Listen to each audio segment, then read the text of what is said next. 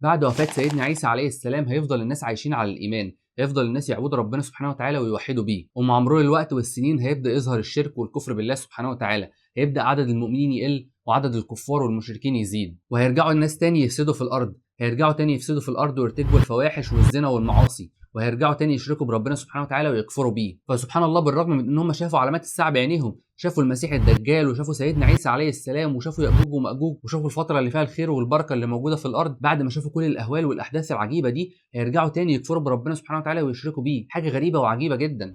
ومع انتشار الفساد والشرك بالله سبحانه وتعالى والكفر بيه هتبدأ ظهور علامات الساعه اللي من بعدها مش هيبقى فيه اي توبه. باب التوبه من بعدها هيتقفل، والمؤمن هيفضل مؤمن والكافر هيفضل كافر. ربنا سبحانه وتعالى قال: هل ينظرون إلا أن تأتيهم الملائكة أو يأتي بعض آيات ربك يوم يأتي بعض آيات ربك لا ينفع نفس إيمانها لم تكن آمنت من قبل أو كسبت في إيمانها خيرا قل انتظروا إنا منتظرون. العلماء بيقولوا إن المقصود في الآية دي هي علامات الساعة الكبرى. علامات الساعة الكبرى اللي لما هتحصل باب التوبة هيتقفل، مش هينفع نفس إيمانها لم تكن آمنت من قبل. لو انت مؤمن هتفضل مؤمن، ولو انت كافر هتفضل كافر. والعلماء حددوا علامتين بالتحديد هم اللي لو حصلوا باب التوبه بعد كده هيتقفل. العلامه الاولى هي خروج الدبه، والعلامه الثانيه هي طلوع الشمس من مغربها. فلو حصل اي علامه من العلامتين دول ساعتها باب التوبه هيتقفل ومش هيحصل اي ايمان او كفر بعد كده. النبي صلى الله عليه وسلم قال ان اول العلامات خروجا طلوع الشمس من مغربها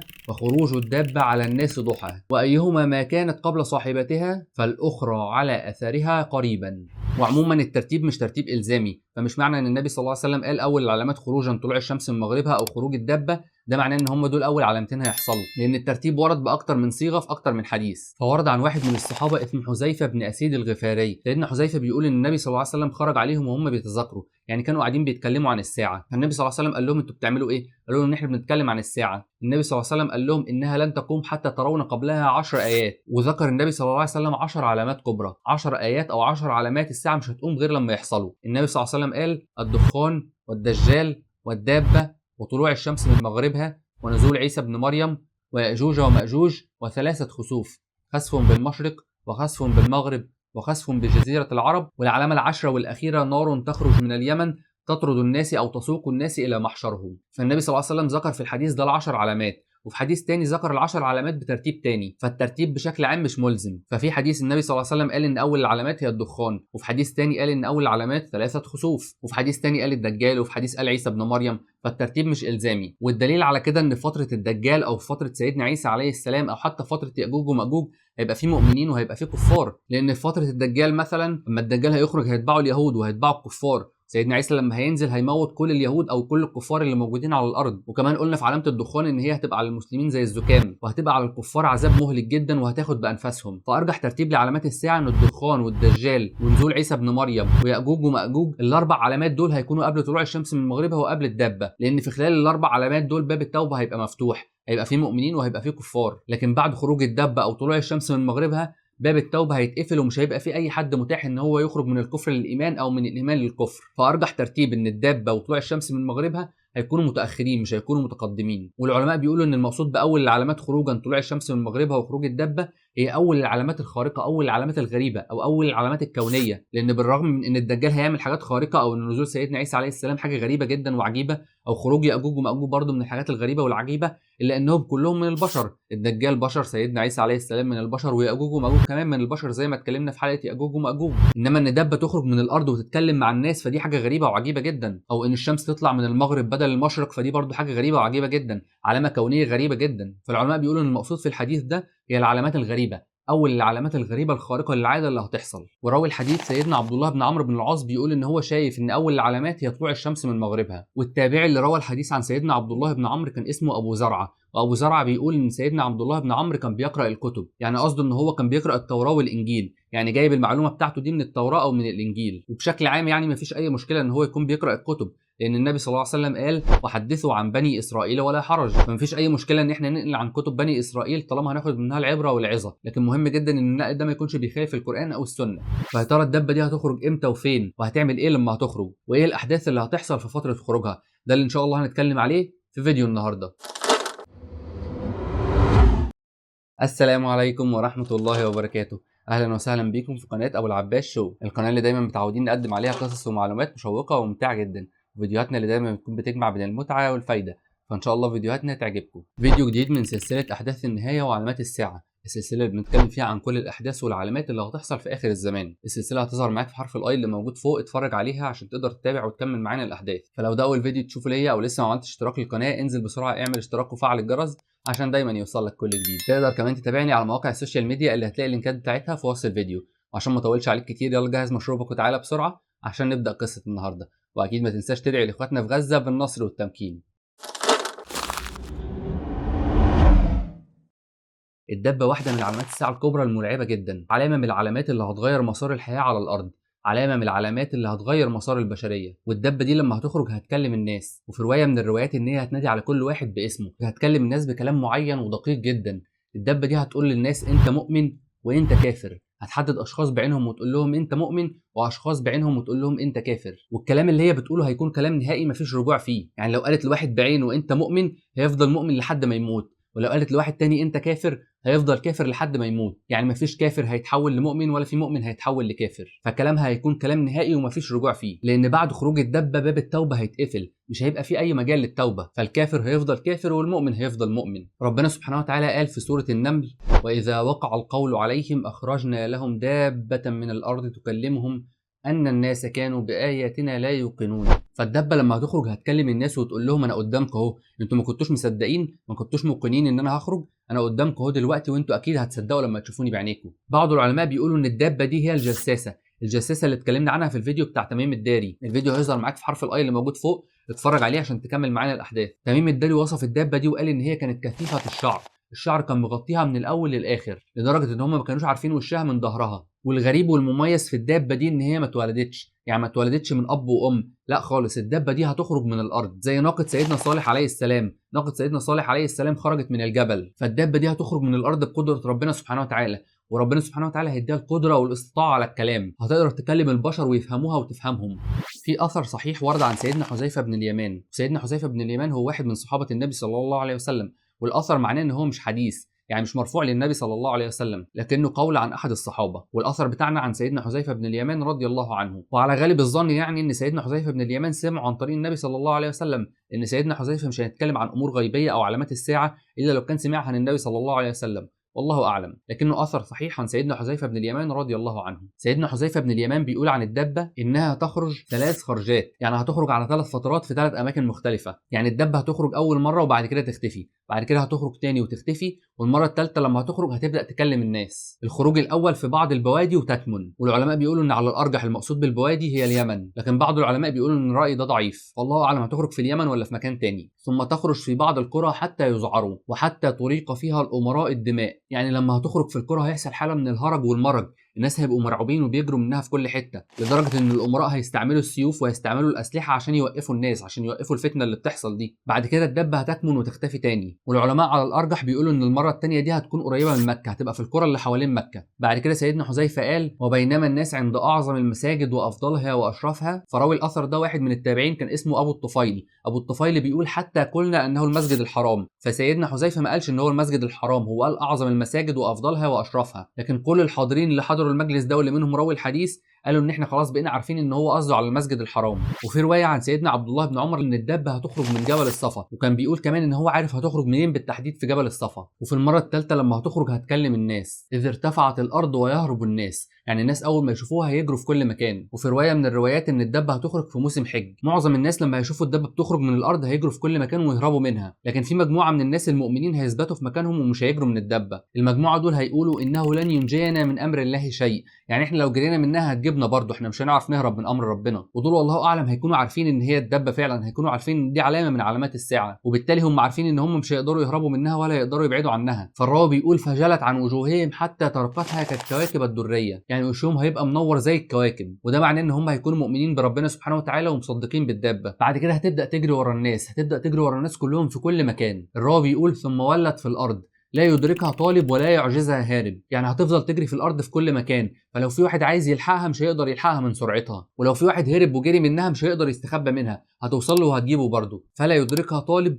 ولا يعجزها هارب. لدرجه ان في واحد من الناس لما هيشوفها بتجري وراه هيقف يصلي او هيخش جوه المسجد ويقف يعمل نفسه بيصلي، وهو في الحقيقه ما كانش بيصلي اصلا قبل كده. فالدبه هتجري وراه وتخش وراه المسجد او المكان اللي هو بيصلي فيه، وهتنادي عليه باسمه، هتقول له: اي فلان، الان تصلي؟ انت بتصلي دلوقتي وانت اصلا ما كنتش بتصلي؟ خلاص وقت التوبه انتهى. فيلتفت اليها يعني هيلف وشه يبص عليها، فتسمه في وجهه يعني هتختم على وشه. فالدبه هتفضل تجري ورا الناس وتعلم الناس في وشهم، هتحط على المؤمن علامه ان هو مؤمن وتحط على الكافر علامه ان هو كافر، والناس هيبقوا شايفين العلامات دي وعارفين بعض، كل واحد هيبقى عارف ان اللي قدامه ده مؤمن او كافر، وهيعيشوا مع بعض في نفس البيوت وفي نفس الاحياء، وهيشاركوا بعض كمان في اشغالهم واعمالهم. هيبقى كل واحد مؤمن عايش في بيته وعارف ان جاره كافر. وفي روايه تانية عن النبي صلى الله عليه وسلم ان هو قال: فتخرج الدابه فتسم الناس على خراطيمهم، يعني هتختم او تعلم الناس على مناخيرهم. ثم يغمرون فيكم، يعني هيخشوا وسطكم، هيخشوا وسط الزحمه، الناس اللي اتختموا على مناخيرهم دول هيخشوا وسطكم ويعيشوا وسطكم. وفي روايه تانية يعمرون فيكم، يعني اعمارهم هتزيد وهيعيشوا وسطكم سنين طويله، حتى يشتري الرجل البعير فيقولوا: ممن اشتريت؟ انت اشتريت البعير ده من مين؟ فيرد الراجل ده عليهم ويقول لهم: من احد المخطمين، يعني واحد من الناس اللي اتختم على وشهم. فبعض العلماء بيقولوا ان الكلام ده معناه ان الدبه لما هتخرج في وقت من الاوقات هتختم على الناس اللي موجودين في الزمن ده بس، لكن ابنائهم واحفادهم وكل اللي هيجي من بعدهم مش هيبقوا مختومين. والدليل على كده ان الراجل ده هيروح يشتري ويقول ان انا اشتريت من واحد من المخطمين، يعني هو نفسه مش مخطم والناس اللي هم بيكلموا مش مخطمين برضه، مش متعلم على وشهم، والله اعلم.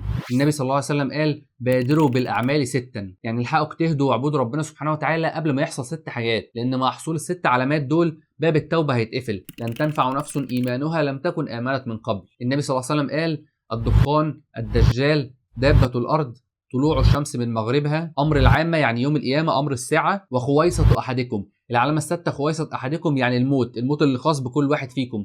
خويصة تصغير خاصة يعني موتة كل واحد فيكم. فالحق نفسك واجتهد في العبادة قبل ما واحدة من ال6 دول تحصل لك، لأن وقتها مفيش رجوع ومفيش توبة. لو أنت كنت مؤمن هتفضل مؤمن، ولو أنت كنت كافر هتفضل كافر. وفي حديث عن النبي صلى الله عليه وسلم قال: 3 إذا خرجنا لا ينفع نفس إيمانها لم تكن آمنت من قبل، يعني 3 حاجات لو حصلوا مش هينفع نفس إيمانها، خلاص باب التوبة هيتقفل. النبي صلى الله عليه وسلم قال: طلوع الشمس من مغربها، والدجال، ودابة الأرض. وبعد خروج الدبة على طول بيجي بعدها طلوع الشمس من مغربها، أو طلوع الشمس بيجي من مغربها وبعد كده بيجي بعدها الدبة، فالترتيب مش معروف، لكن طلوع الشمس وخروج الدبة الاتنين مرتبطين ببعض. النبي صلى الله عليه وسلم قال: لا تقوم الساعة حتى تطلع الشمس من مغربها، يعني في يوم من الايام الناس هيصحوا من النوم مش هيلاقوا شمس، الشمس مش هتطلع في ميعادها، الناس هيصلوا الفجر ويستنوا الشمس تشرق مش هتشرق، وهتفضل الدنيا ضلمه لحد ما الشمس تطلع من المغرب. ففي اليوم ده الشمس هتشرق من الغرب وتغرب من الشرق، حركه دوران الشمس هتنعكس، وهتفضل على الوضع ده 3 ايام. 3 ايام الشمس بتطلع من الغرب وتغرب من الشرق، وبعد ال3 ايام الشمس هترجع تاني لطبيعتها وتشرق من الشرق وتغرب من الغرب. وبعد خروج الدبه وطلوع الشمس من مغربها الناس هيعيشوا على كده فتره كبيره جدا،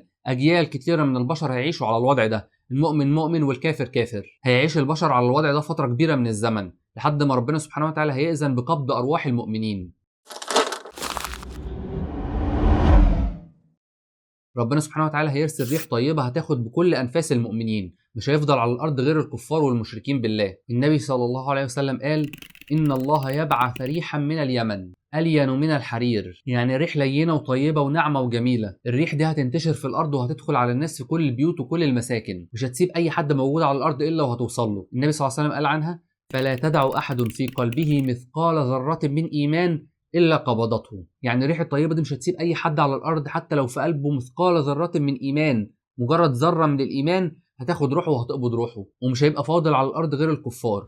وبعد الريح الطيبة هينقطع ذكر ربنا سبحانه وتعالى في الأرض، مش هيبقى موجود ذكر ربنا سبحانه وتعالى أبدا، مش هيبقى موجود على الأرض غير الكفار. النبي صلى الله عليه وسلم قال: لا تقوم الساعة إلا على شرار الخلق، يعني الساعة مش هتقوم غير على أشر الناس، أسوأ ناس ربنا سبحانه وتعالى خلقهم. وفي حديث تاني النبي صلى الله عليه وسلم قال: لا تقوم الساعة حتى لا يقال على الأرض الله، يعني الساعة مش هتقوم غير لما كلمة الله دي ما تتقالش في الأرض. وفي صحيح مسلم النبي صلى الله عليه وسلم قال: وبينما هم كذلك إذ بعث الله ريحا طيبة فتأخذ الناس تحت آباطهم، يعني هتاخد أرواح الناس أو أرواح المؤمنين بالتحديد من تحت آباطهم، فتقبض روح كل مؤمن ويبقى شرار الناس. ويبدأ انتشار الذنوب والزنا والمعاصي والفواحش، المعاصي هتنتشر في كل مكان والناس هيفسدوا في الأرض في كل حتة، لدرجة إن الزنا هيحصل في الشوارع. النبي صلى الله عليه وسلم قال: يتهارجون تهارج الحمير، يعني الهرج والمرج هينتشر في كل مكان. وفي رواية تانية النبي صلى الله عليه وسلم بيقول إن خير الناس في الوقت ده وخيرهم اللي هو هيشوف واحد بيزني في الشارع ويقولوا لو زنيت ورا الجدار هيبقى احسن، يعني لو خدت اللي انت بتزني معاها دي واتداريت ورا الحيطه هيبقى احسن لكم من انكم تزنوا في الشارع كده. فهو ما عندوش اي مشكله ان هم يزنوا، بس بيقول لهم لا يعني ايه، لو جيت ورا الحيطه كده هيبقى احسن. فسبحان الله الفساد هيبقى منتشر في كل حته في الارض. النبي صلى الله عليه وسلم قال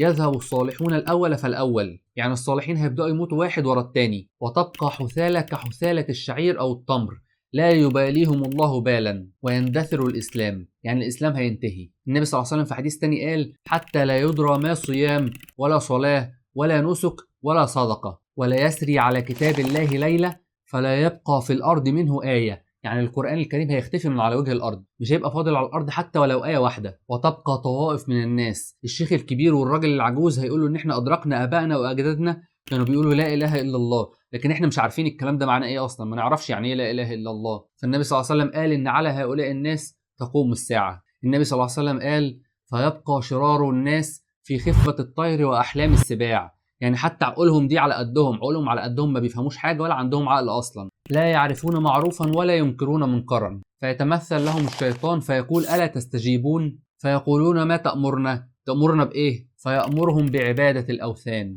ورد عن أم المؤمنين السيدة عائشة رضي الله عنها إن هي سمعت النبي صلى الله عليه وسلم بيقول لا يذهب الليل والنهار حتى تعبد اللات والعزى، فالشيطان هيرجع تاني عبادة الأصنام، هيرجع تاني عبادة اللات والعزى، وحتى تعبد ذو الخلصة. وذو الخلصة دي كانت الصنم اللي موجود عند قبيلة دوس أيام النبي صلى الله عليه وسلم. فستنا عائشة استغربت جدا وسألت النبي صلى الله عليه وسلم وقالت له إزاي هيحصل الكلام ده؟ أنا كنت فاكرة إن لما ربنا سبحانه وتعالى قال هو الذي أرسل رسوله بالهدى ودين الحق ليظهره على الدين كله ولو كره المشركون، ستنا عائشة بتقول أنا كنت فاكرة إن كده خلاص، إن كده مش هيبقى في أي عبادة للأوثان تاني، وإن الإسلام هينتشر وهيعم الدنيا ومش هيبقى في أي شرك بالله سبحانه وتعالى تاني، خلاص كده. النبي صلى الله عليه وسلم رد عليها وقال لها إنه سيكون ما شاء الله من ذلك أن يكون، يعني فعلا الكلام ده هيحصل والإسلام هينتشر في الأرض كلها لحد ما ربنا سبحانه وتعالى يشاء ان الاسلام ينتهي ويختفي عن وجه الارض، وترجع تاني عباده الاصنام والاوثان، ويرجع تاني عباده اللات والعزى.